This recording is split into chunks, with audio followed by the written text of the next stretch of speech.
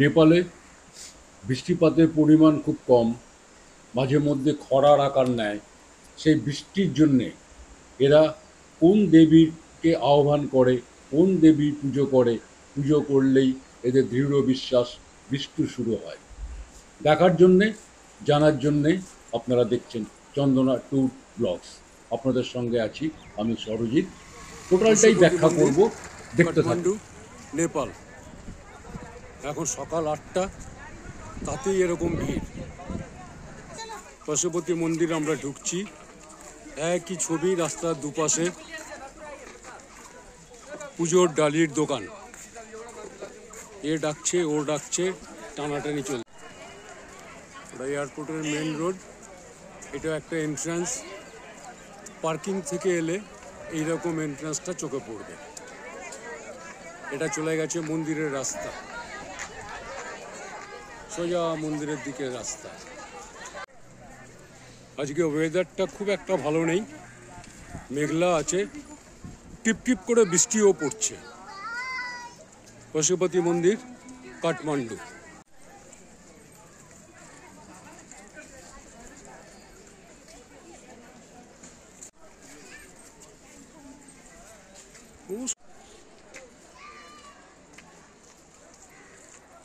মোটামুটি আমাদের হিন্দু দেবদেবীদের যা মন্দির আছে সবগুলোই, বা আমাদের যে প্রাচীন সভ্যতা, সবটাই কোনো না কোনো নদীর ধারে। পশুপতিনাথের মন্দির বাগমতী নদীর ধারে। বাগমতী কুলুকুলু করে বয়ে চলেছে, তবে প্রচণ্ড পলিউশন। মহাশ্মশান, একের পর এক দাহ কার্য চলছে।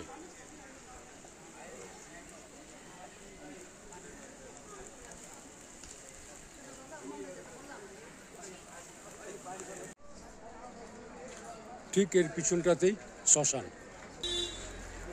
ওয়েটিং হল। এখানে পুজো আচ্ছা সব কাজগুলো এখানে হয়। Health check up, health service.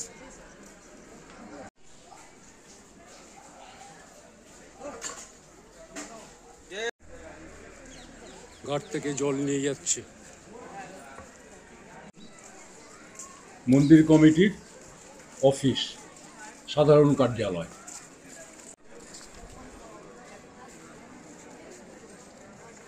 কোনো কুল কিনারা খুঁজে পাচ্ছি না, কোন দিকে মন্দির, কোন দিকে যেতে হবে, কোথায় ঢুকতে হবে, কিছুই খুঁজে পাচ্ছে না। সবাই হাঁটছে, আমরাও হাঁটছি।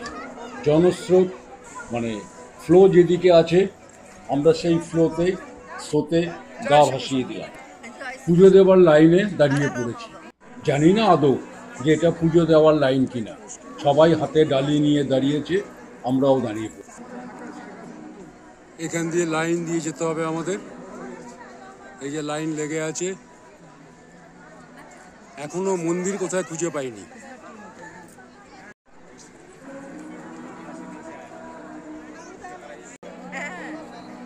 পুজোর লাইনে দাঁড়িয়ে আমিও আছি লাইনে, ক্যামেরার পিছনে।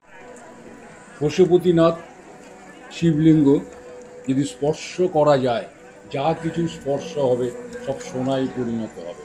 এটা একটা প্রচলিত কথা আছে, একটা মিথ আছে। যদি ভেতরে গিয়ে কিছু টাচ করাতে পারি, সেটা সোনায় হবে। চলুন না একবার চেষ্টা করে দেখি। প্রচুর জায়গা নিয়ে মন্দিরটা, একটা ছোটোখাটো শহর বলা যেতে পারে, শুধু মন্দির বললে ভুল হবে।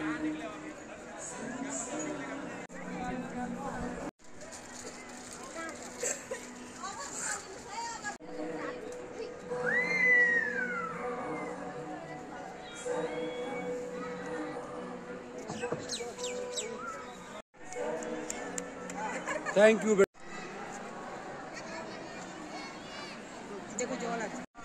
ঠিক মন্দিরের সামনে।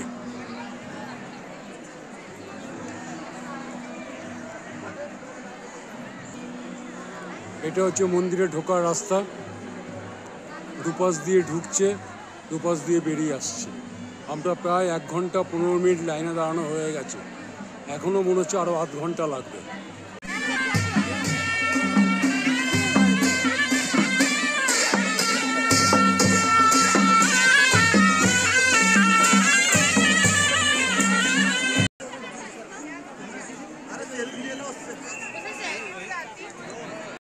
2.5 ঘন্টা লড়াই করে শেষ পর্যন্ত পুজো দিয়ে বেরিয়ে এলাম পশুপতি মন্দিরের সামনে। কোনো অকেশন নেই, তাতেই জনসমুদ্র। এই মন্দিরের গর্ভগৃহে একমাত্র হিন্দুরাই প্রবেশ করতে পারে, কিন্তু বিস্তৃত যে এলাকাটা আছে মন্দিরে এতক্ষণ যেটা দেখালাম, এখানে যে কেউ আসতে পারেন, কোনো অসুবিধা নেই, একমাত্র গর্ভগৃহ বাদ দিয়ে।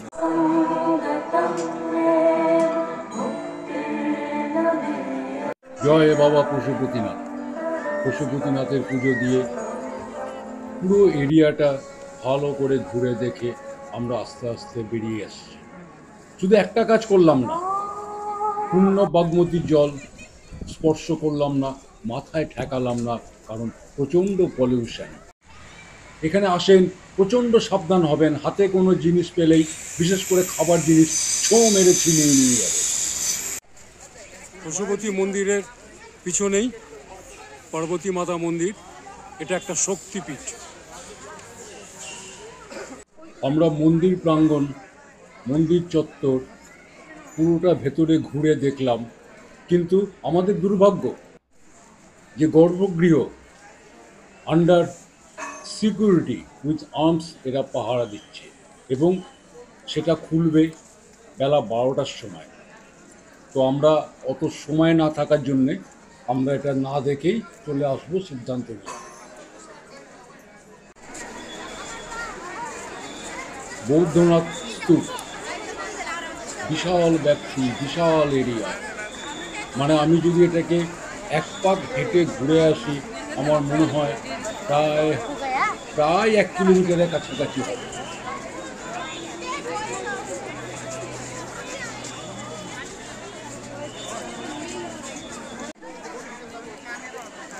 চারিদিকে সুভিনির দোকান, এটাকে আমরা প্রদক্ষিণ করব।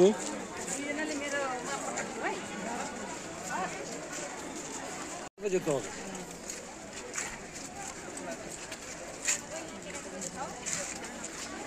ঘোরান। Free eye testing camp. মনে পড়লো আজকের দিনটা বুদ্ধ পূর্ণিমার দিন, যার জন্য ভিড় একটু বেশি, এবং বিভিন্ন ক্যাম্প এখানে এরা করছে জনসেবা সাথ। চারিদিকে সুভিনির shop, restaurant, hotel.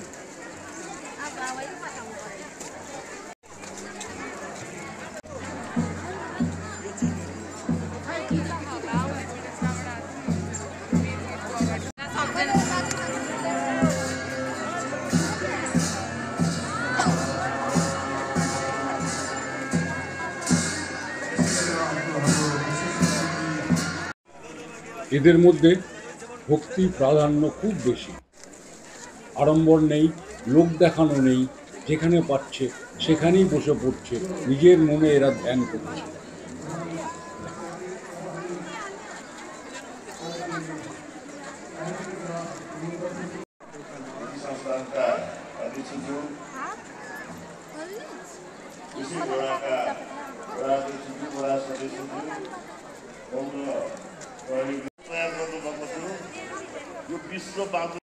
Dental clinic free.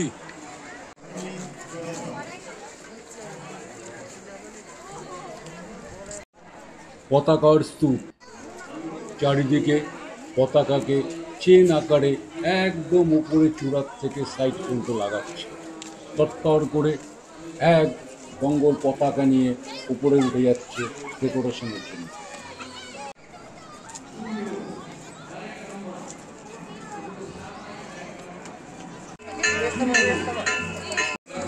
Hindu ধর্মে যেমন মালা জপ করার সিস্টেম আছে, সকাল সন্ধ্যায় মালা জপ করে, ঠিক বৌদ্ধ ধর্মে এই চক্রগুলোকে এরা ঘুরিয়ে চারিদিকে এরা পরিক্রমা করতে থাকে।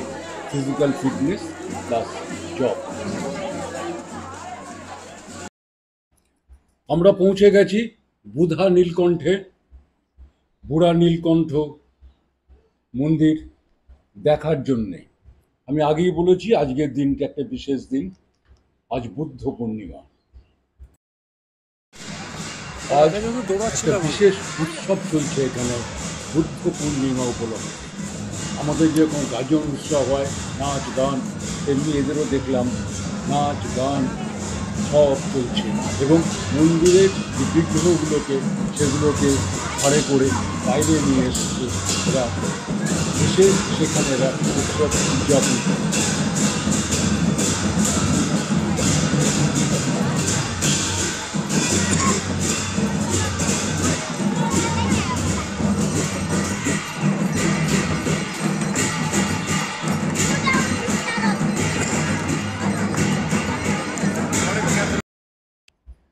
এরা কারা?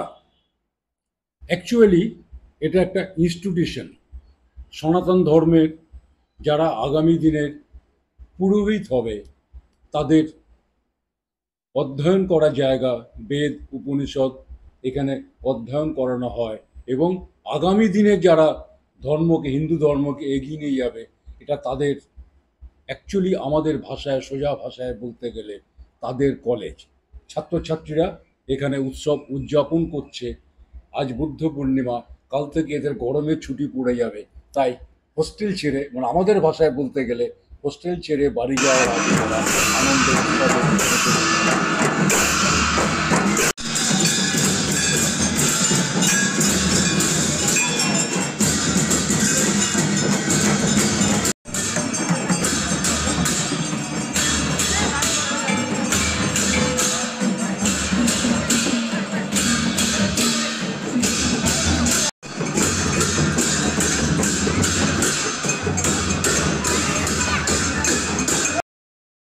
বুড়ার নীলকণ্ঠ। নীলকণ্ঠ মানে পুরানো নীল গলা। এটা ভগবান শিবের একটা উপাধি। ভগবান বিশ্বকে বাঁচানোর জন্য নিজে বিষ পান করে দেবতাদের বাঁচিয়েছিলেন। এটা একটা ছোট্ট হিন্দু মন্দির। এখানে বিষ্ণু জলের মধ্যে বিশ্রাম নিচ্ছে। 15 মিটার লম্বা একটা পুকুর। এই পুকুরটা অ্যাকচুয়ালি সিম্বলিক, এটা সমুদ্রের। ইনি 12টি নাগের ওপরে, অনন্ত নাগের ওপরে বিশ্রাম করছে।